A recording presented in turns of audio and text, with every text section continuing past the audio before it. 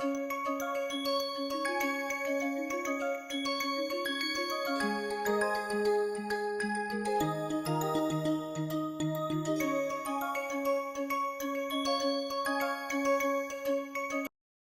learners, welcome back to NPTEL online certification course on novel drug delivery system. I am Dr. Satish Devanapilli, Assistant Professor at Department of Pharmaceutical Sciences and Technology, Institute of Chemical Technology, Mumbai. In our novel drug delivery systems course, we are discussing today on the new topic, that is protein peptide and nucleic acid delivery systems. So far we discussed on the various types of the delivery systems based on the targets and based on the different organs, and we have discussed even various nano carriers also. So, today we are going to discuss on some new topic that is completely different from the in terms of the active ingredients. So, these systems are like it is comes in the category of biopharmaceuticals, or you can say biological products, and their handling and their treatment and processing and even for the route of administration is completely different. So, today we are going to focus on how these are different from the existing or the small molecules, or you can say the chemical ingredients, or you can say the active pharmaceutical ingredients. So, today we will focus on the protein peptide delivery systems. In further lectures, we are going to discuss on the nucleic acid delivery systems also. So, this is today's my flow of presentation. So, protein peptide based therapeutics, and we will see the what are the difference between protein peptides, levels of protein structure, then we will see the functions of protein peptides, therapeutic use of proteins and peptide drugs, and then we will see the what are the challenges, what are the instability of the protein and peptides. So, after understanding of the nature of protein peptides and the challenges and instability issue, with this we can design a novel drug delivery systems for a proteins and peptides. So, that is why we are going to discuss on from the basics of the protein peptides, and then we will see the functions and the clinical uses of the protein peptides, then we are going to discuss on challenges and the instability issues. So, you can read here with me, a large number of compounds fail to progress through various stages of preclinical and the clinical studies due to number of reasons, that is not limited to high toxicity, poor pharmacokinetic rates and inefficient site specific targeting. Now, this we are comparing with the active pharmaceutical ingredients, nothing but drugs, chemical molecules, synthetic or semi-synthetic molecules which from the chemical source, right. So, we know that for the approval of one drug, it required, or you can say the drug discovery development process is very extensive. It involves various stages. It starts from the discovery, then it will go for the preclinical and then the clinical, and before going to the clinical phases, we need to apply with INDA, investigational new drug application, and once into clinical trials, we need to come up with the phase 1, phase 2, phase 3. Phase 1, there we try to understand the safety on the healthy voluntaries. Phase 2 will focus on the initial safety and the dosing of the drugs on the patients in the small group of patients. In phase 3 it is a multidisciplinary, we need to consider age, gender, ethnicity and other factors also. So, that is comes in phase 3. We know that, so the moving of the thousands of molecules, only 5 molecules will enter into the clinical trials. After that only one molecule will get approval. So, the risk is very high in case of the molecules or synthetic molecules. And yes, again after approval also the high chances of the discontinuation from the market. So, that is also one of the major issue with the chemical or synthetic active drugs. Because of that may leads to the toxicity issues and the pharmacokinetic problems, and also there are the inefficient site specific targeting, which is especially happens with the anti-cancer molecules. So, the chance of failure is very high in case of the synthetic molecules. Now, protein peptide based drugs are increasingly utilized as a therapeutic agents due to their high specificity, affinity, ability to mimic natural biological process. Yes, they have specificity, and if you take some monoclonal antibodies or some ligands which will specifically go and bind to the particular receptor at particular site, because they have high affinity to that cells or particular receptors, and definitely they will also mimic the natural biological process. So, there is no toxicity you will see with that such molecules in the recommended concentrations, you do not see any side effects and major issues. Yes, there are the minor issues which are happen, which is nothing but like immunological responses may be triggered by using of some of the biological molecules, right. And yes, there are the problems like kinetic and distribution problem in the body with the proteins and peptides, that can be overcome by using the drug delivery systems.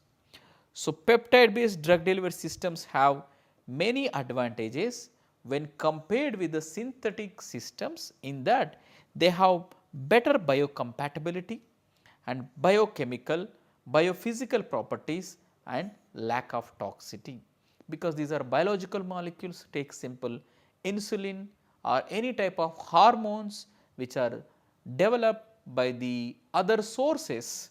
So, definitely which will not show any toxicity, and it will not show any compatibility issue with the body, and will not create any side effects, adverse reaction to the patient. So, that is one of the great advantage compared with the chemical or synthetic molecules.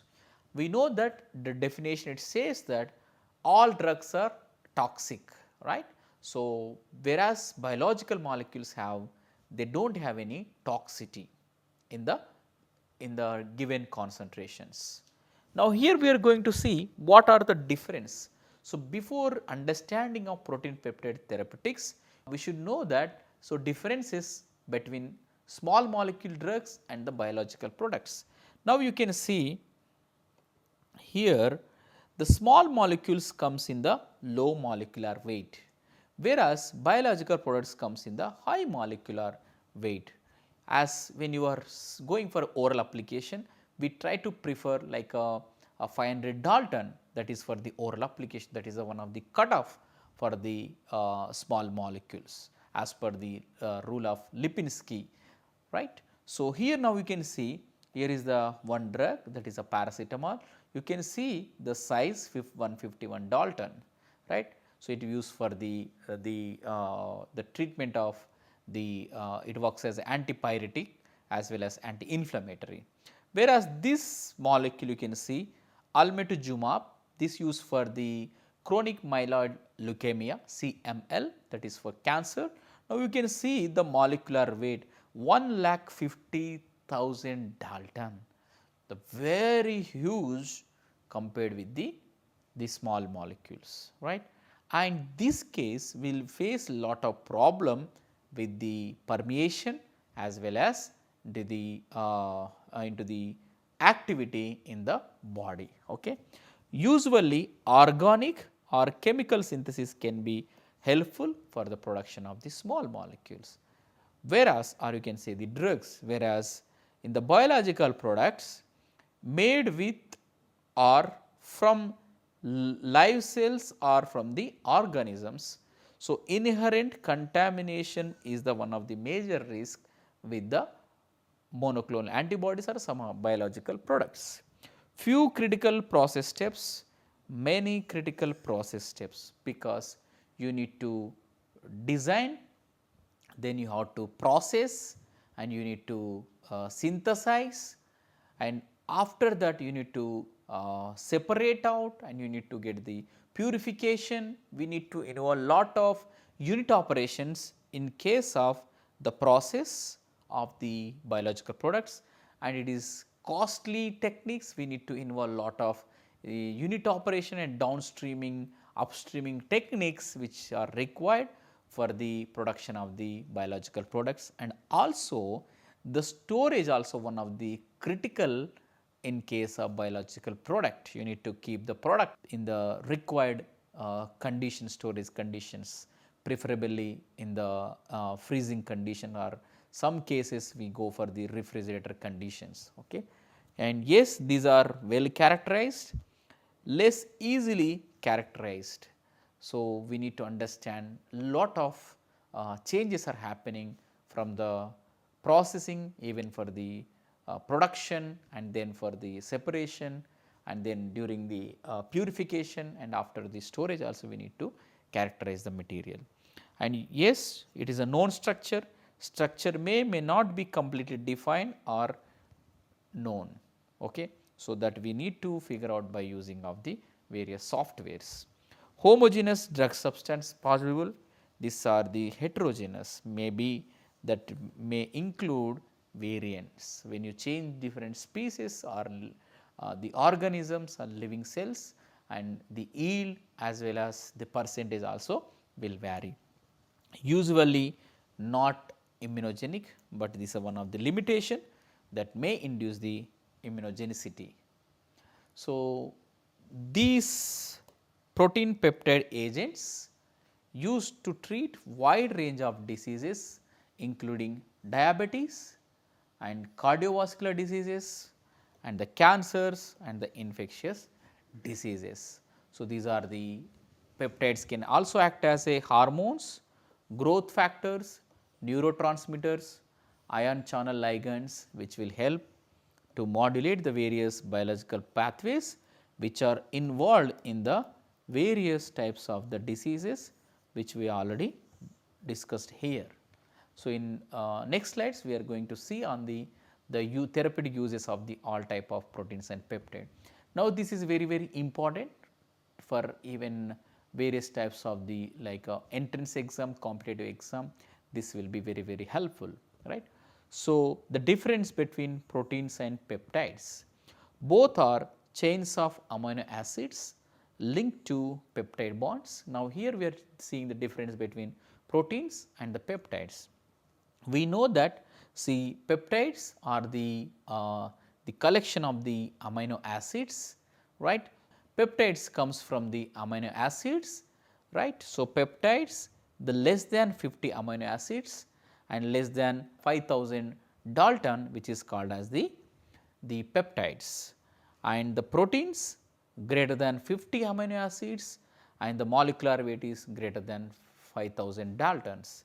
Now, you can see here the collection of the all type of the amino acid in a chain.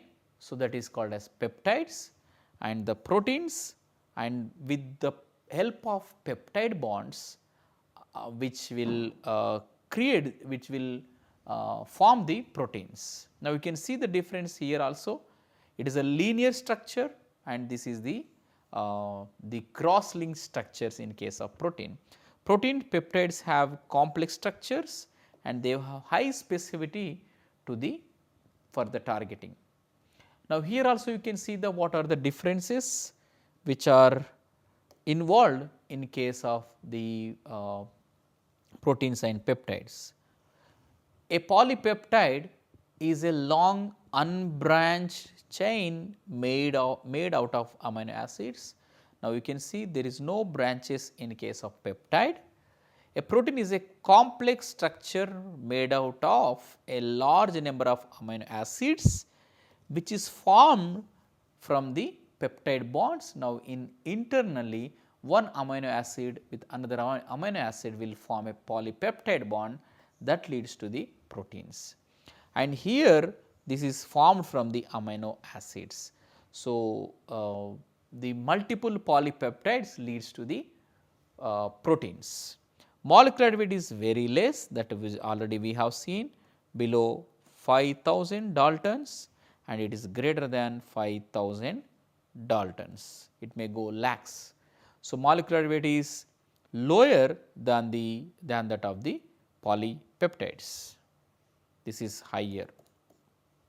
So, composed of peptide bonds, and here is composed of several types of bonds such peptide bonds, disulfide bonds, ionic bonds, and the van der Waals attraction will help for the formation of the peptides.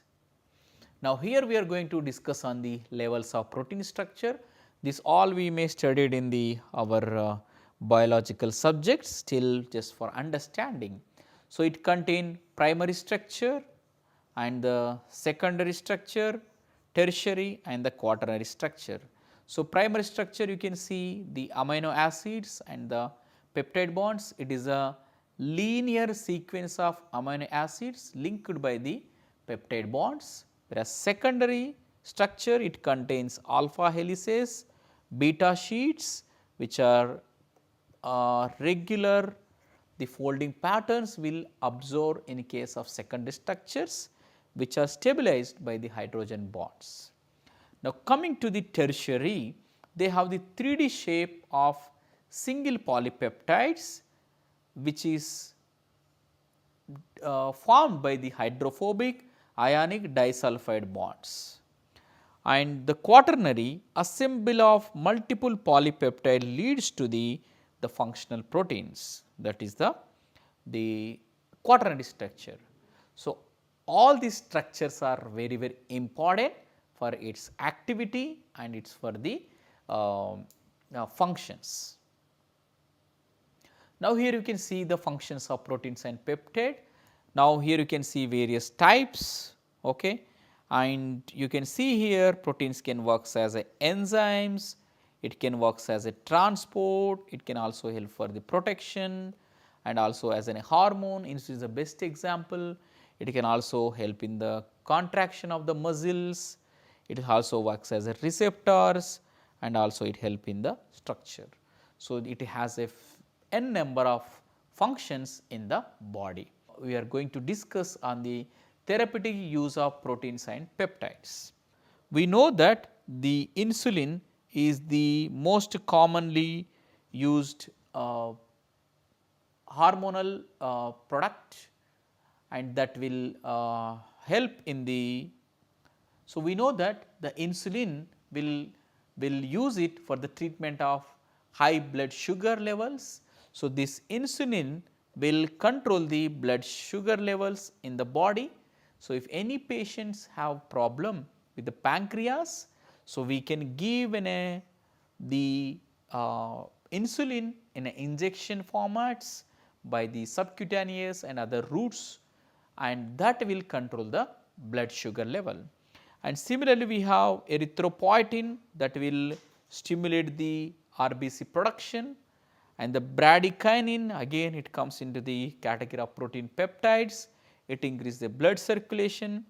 Somatostatin reduce the bleeding in gastric ulcer, plasminogen activators which will prevent the heart attack and strokes, and beta endorphin which will relieve the pain, and vasopressin which will help in the treatment of the diabetes, interferons it will boost the immunity, human growth hormones it will treat the dwarfism, gastrin antagonist that will reduce the gastric acid secretion, pancreatic enzymes which will help in the digestive enhancement.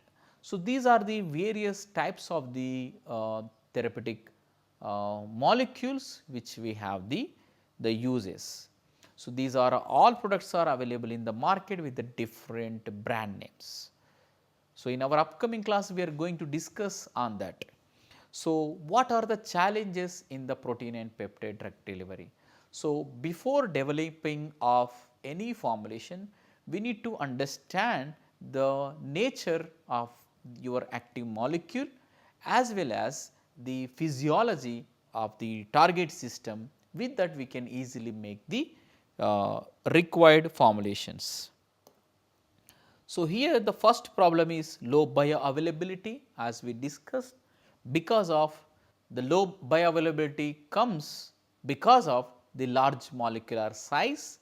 Already we discussed about one monoclonal antibody, the almost the molecular weight is more than 1,50,000 Dalton, and for in a body when you are giving through any routes, so the permeation absorption is very critical.